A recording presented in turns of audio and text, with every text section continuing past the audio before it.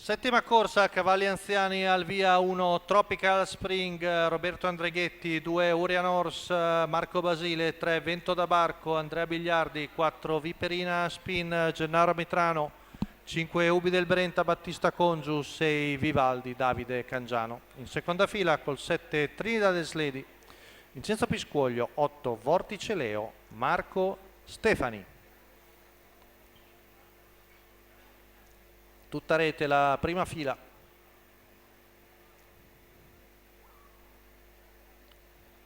Stacco della macchina, parte molto piano, Urian Horse, veloce, Viperina Spin, cerca di scavalcare Tropical Spring, ma rimane davanti l'allievo di Roberto Andreghetti. Intanto vediamo Trinidad Sledi che cerca di rientrare a Vento da Barco, fase un po' caotica della prima curva con in vantaggio Tropical Spring, Viperina Spin al suo esterno. Vediamo cosa deciderà di fare Roberto Andreghetti. Insiste Gennaro Mitrano con la figlia di Nadal Shiba e alla fine passa sull'avversario. Terza posizione per Trinidad Sledi davanti a Vento da Barco, 400 in 29,4. Vediamo Vivaldi avanzare all'esterno. Tanto in vantaggio la femmina di Roberto Stancari che arriva ai 600 in 45,6. Passaggio davanti alle tribune, Viperina Spin davanti a Tropical Spring, Vivaldi all'esterno con in schiena Vortice Leo, poi al largo anche Ubi del Brenta.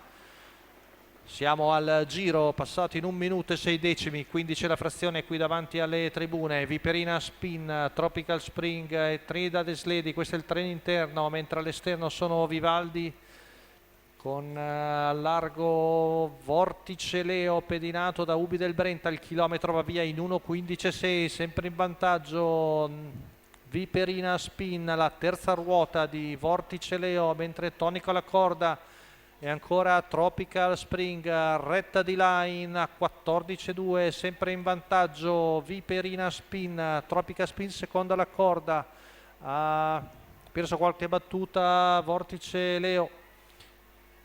Siamo a 200 metri dalla conclusione, 15 secco con Viperina Spin che cerca l'allungo decisivo su Tropical Spring. Viperina Spin allunga ancora e torna alla vittoria davanti a Tropical Spring, mentre per il terzo probabilmente a centropista Urian Horse con Marco Basile, ma l'arrivo è molto stretto, quindi la vittoria per Viperina Spin.